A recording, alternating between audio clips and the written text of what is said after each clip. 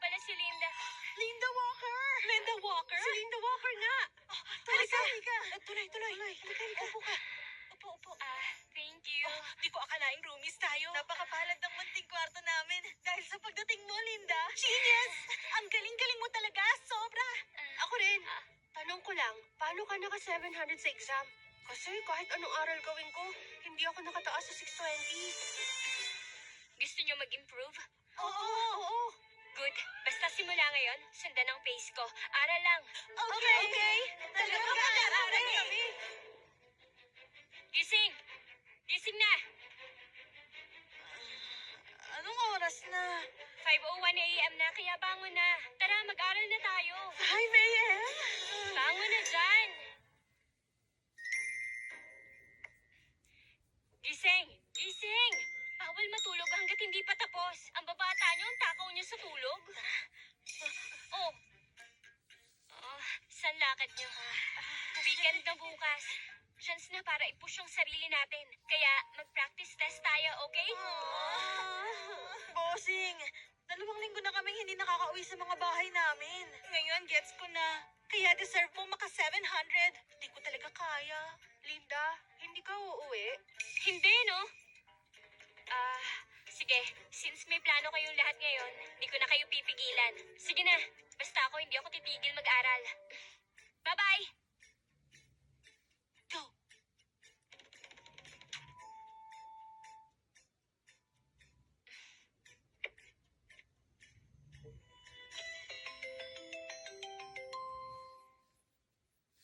Hello, Linda. Kailan ka uuwi? Miss ka na namin. Hello, Linda. Kailan ka ba uuwi? Miss ka na naming lahat. Nako, grabe kasi yung load ko ngayon. Wala akong time. Pero si Nancy nakakauwi araw-araw. Kung iisipin niyo po, ano bang score niya? Ano yung sa akin? Linda, gusto namin ni Papa na makauwi ka. Miss ka na namin. Gini-guilt trip mo pa ako, ha? Hindi ako papabudol. I miss you too. Pero ang hirap mag-maintain ng grades ko. Busy ako mag-aral. Wala akong oras. Pag nag-aaral, kailangan mo pa rin magpahinga. Hindi mo nagigets. Uuwi ako pag kaya. Linda, Linda, pamilya ka. Uuwi ka ng weekends dito. Hindi porket mataas ang grades mo, susuwayin mo na kami.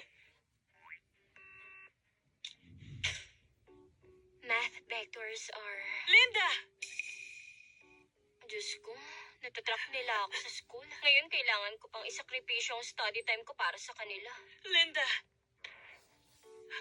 Linda, tignan mo. Ganito ba talaga buhay mo dito sa school? May chef tayo. Ba't di ka nalang umuwi? May chef nga sa bahay. Wala namang kayong dalang pagkain para sa akin. Oo, Linda. Uwi na tayo. Ay, hindi ako uuwi. Linggo ngayon. May pasok bukas. Di na kailangan to. Ayoko umuwi. Mana, uuwi ka ngayon. Uuwi ka lang naman sa bahay para kumain. Naku, delikado. Malay ko ba kung may ginawa kayong trap sa akin? Thank you na lang. Yung pagkain pang mayaman dun, hindi ako sanay. Hirap din kasi ang katawan ko pag busog. Dito nga, solved na ako eh. Ba't ka ganyan? Sa grades mo, makakapasok ka sa top school. Ba't hindi mo gamitin yung oras na to para umuwi at kilalanin yung anak ng mga Miller? Oh, so yun pala ang plano nila. Linda, ibig ko lang sabihin, Ano? Patapos na ako sa senior year ko, tapos gusto mo ako mag-drop para lang sa date? Dahil ba mayamang pamilya sila, iaalay mo lang ako basta-basta? Ibebenta mo yung ano? hindi yun ganun. Huwag kang maingay. Di pala yun ang sinasabi mo. Di babalik na ako sa pag-aaral. Ay, Linda. Alam kong galit na galit ka sa amin. Pero pag sumama ka pa uwi, kahit anong gusto mo, papayag kami ni Papa. Hindi na. Gusto ko mag-aral dito para sa entrance exam ko. Linda, sumusobra ka na talaga. Hindi ka masusunod sa mga gusto mo. Pamilya tayo. Pag tinanggihan mo ang mga ipapatapon kita agad dun sa Brookshire Province. Sa edad mo, bihira yun. Kung babalik ako sa Brookshire para mag-exam, hindi na nakadepende sa iyo yung desisyon. Hindi ikaw ang masusunod. Anong sinasabi mo? Ano? Gusto mo akong mag-drop out at ibalik sa Brookshire para mag-exam? Hindi. Hindi siya pwedeng lumipat. Hindi siya pwedeng lumipat ng school. Siya lang ang potensyal na top scholar na kayang maka 700. Hindi siya pwedeng kunin. Ikaw pala, Director. Hindi ganun. Nagkalituhan lang. Oo, Director. Gusto lang kasi namin makauwi itong anak namin. Ba't ba uuwi? Di kaya may plano kayong ibalik ako sa probinsya? Sasabihin ko lang, hanggat andito ako, huwag niyong planuhin kunin si Linda dito. Ano lang kasi, Okay lang, Director. Kahit mawala ako maghapon para mag-aral, hindi yun magiging problema sa akin. Hindi talaga. Hindi rin po ako panghihinaan ng loob dahil dito. At hindi ko hahayaang mawala yung pag-asa kong maging scholar. Anong klaseng magulang kayo? Hinahadlangan yung anak niyong mag-aral na mabuti. Pag bumaba ang grades ni Linda dahil dito, makikita ng pamilya niyo. Taga-tax bureau uncle ko. Alam niyo yon, di ba? oo naman. Siguradong hindi namin siya guguloy. Nasayang na kalahating araw niya. Dapat ngayon, nakatapos na siya ng exam. Plastic niyo naman. Kung may paki kayo, wala kayong dala sa kanya.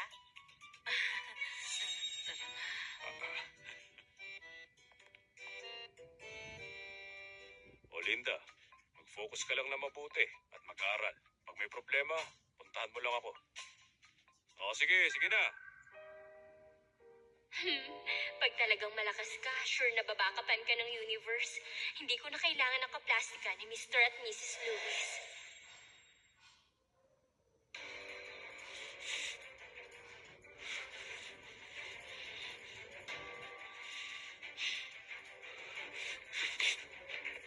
Hindi ko akalain sa edad na yun ni Linda. Napakatuso niya.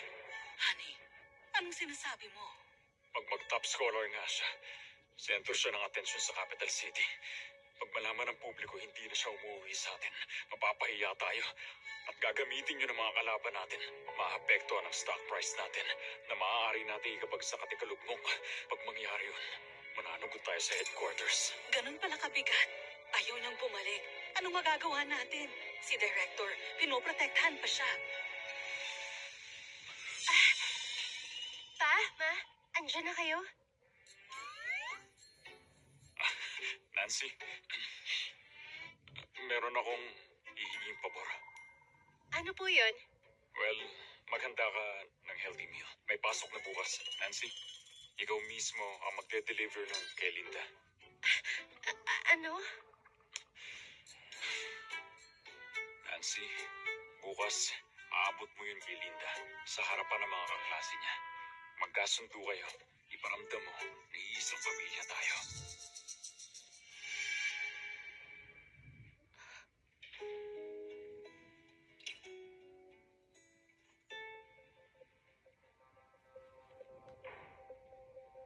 Sige, sige. Ang sakit. Hinanda sa'yo ni Mama. Ubusin mo lahat yan. Tandaan mo yung kabutihan ko sa'yo. Kasi, ibabalik mo rin yun. Nancy, bagong style na naman ba ito ng pambubuli mo?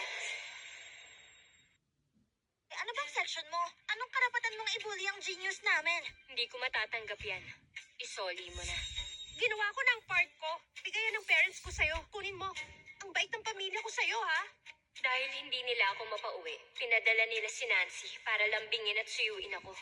Sayang, imbis na bumuti, lalo pang gumulo. Bakit ka natatawa dyan? Ikaw kaya yung nakakatawa? Mabait pamilya mo? Hindi ko maalala kahit kailan na yung pamilya mo naging mabait dito kay Linda. Linda, tandaan mong pinahiya mo ako. Balang araw, sisiguraduhin kong pagbabayaran mo to. Ha?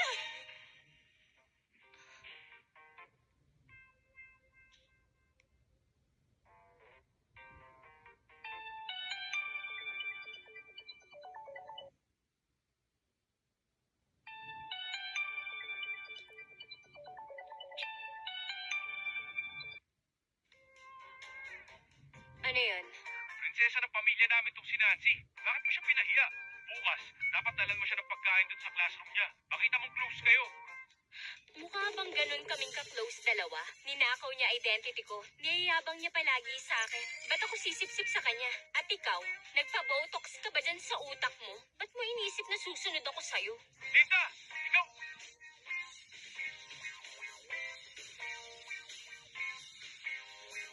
Hindi ako tinuturing pamilya ni Joseph. Siguro mas okay na di ako umuwi.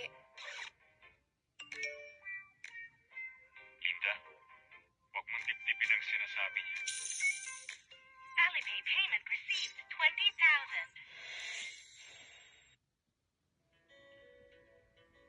Linda, umuwi na lahat para mag-aral. Di ka uuwi? Ba't ako uuwi? Di ba huling hirit na to bago mag-exam? Dun sa amin sa Brookshire, pag umuwi ka, isang malaking kasalanan. Pero mas okay mag-aral sa bahay. Karamihan nga may tutor pa para mas mataas yung score. Pamilya... Ay, nako, sorry, nakalimutan ko sitwasyon mo. Okay lang. Ayoko umuwi. Mas okay ako sa school. Well, kung ganun, una na kami, ha? Bye-bye. Bye-bye. Bye-bye. Bye. Bye.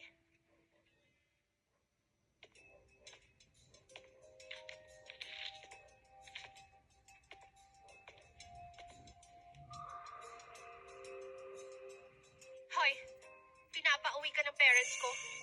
Oo, parents mo. Sabihin mo sa kanila thank you. Pero bilang malayong kamag-anak, di ko sila dapat abalahin. Sige na, umuwi ka na. Mag-quality time kayo ng parents mo. Bahala ka! Hindi ko lang gets iniisip ng mga tao. Mas okay kaya dito sa school. Andito lahat. Pwede magtanong sa teachers. Ba't kukuha ng tutor? Sayang pera.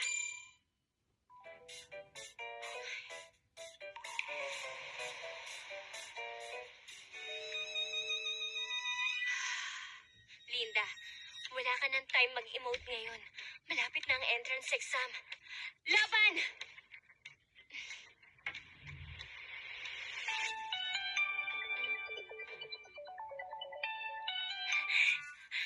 Sunny, sa wakas tumawag ka. Anong balita sa'yo? Linda, andito ako sa school mo. Meet tayo sa entrance. Ano?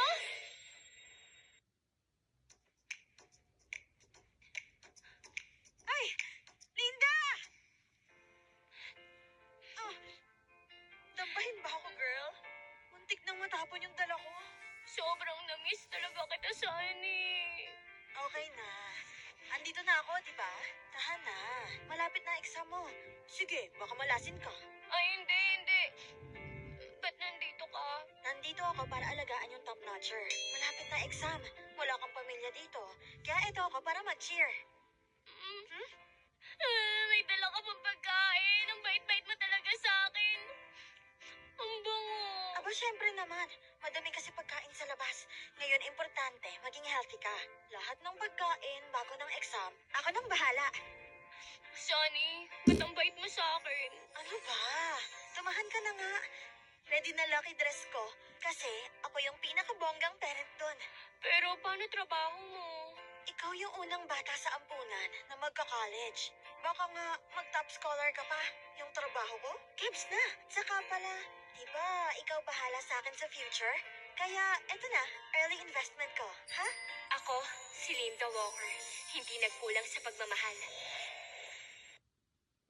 Wala akong gamit. Pahinga ka lang sa guest house. Babalikan kita agad.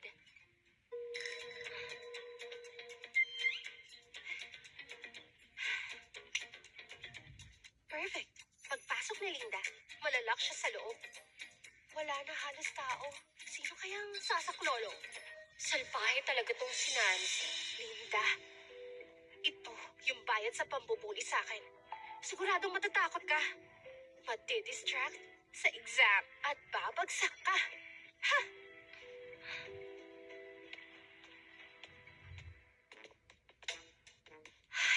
Dahil maganda ang wish sa akin ni Nancy, dapat lang siguro nasuklian ko siya.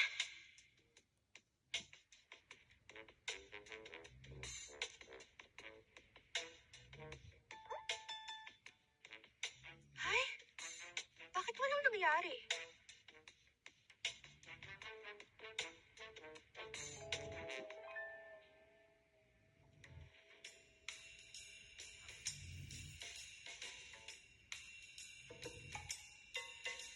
Oh, di ba dapat nalock na to? Pumasok na siya. Nancy! Linda! Wisit ka! Sinasadya mo to! Good luck, girl! Ano? Hoy! Linda! Wisit ka! Ako dapat maglayap sa kanya eh. Linda, bumalik ka rito! Linda! Linda!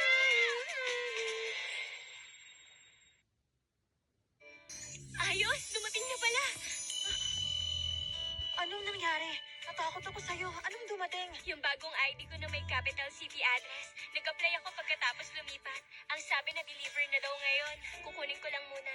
Baka may gawin na naman si Nancy. Ah, mag-ingat ka sa biyahe. Gumawa ako ng sopas panghapunan.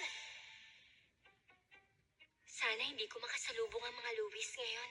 3 araw na lang bago ang entrance exam. Ayoko mag-aksaya ng oras para kausapin sila.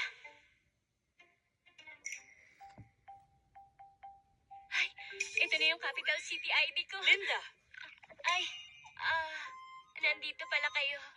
Ngayon babalik ka dito para magpasama sa exam? Huwag ka nang umasa. kaya ba nagpunta ka dito ngayon? Si Nancy rin pero malayo yung kanya. Maayos naman ang mga grades mo. Alam mo naman si Nancy, nag-aalala ako sa kanya. Ano kaya kung samahan ka ng kapatid? Hindi ko siya sasamahan. Buti nakita ng teacher si Nancy pagkatapos mo siya ikulong. Masama talaga ng ugali mo. Kung ganun, bakit nasira yung pintuan? Yung planong ginawa nyo, nabulilyaso ba? Hoy Linda, hindi ka pa ba natuto? Hindi ka namin sasamahan sa exam.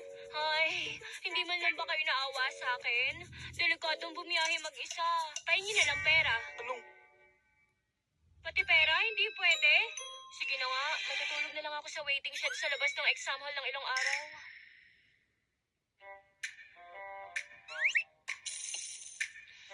Bank account credited, $10,000.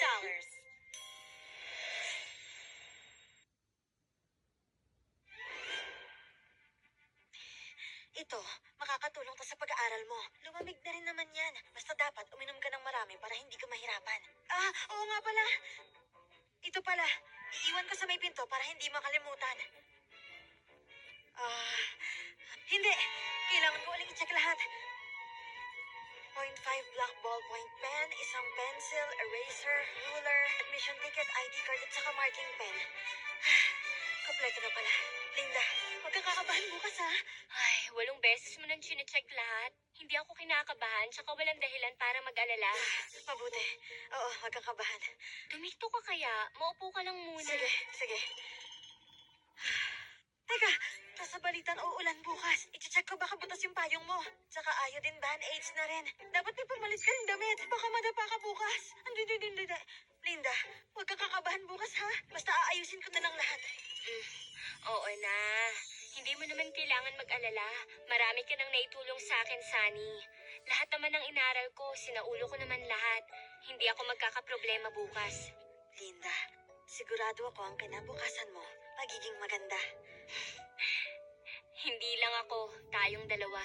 Magiging maganda ang kinabukasan nating dalawa, Sunny.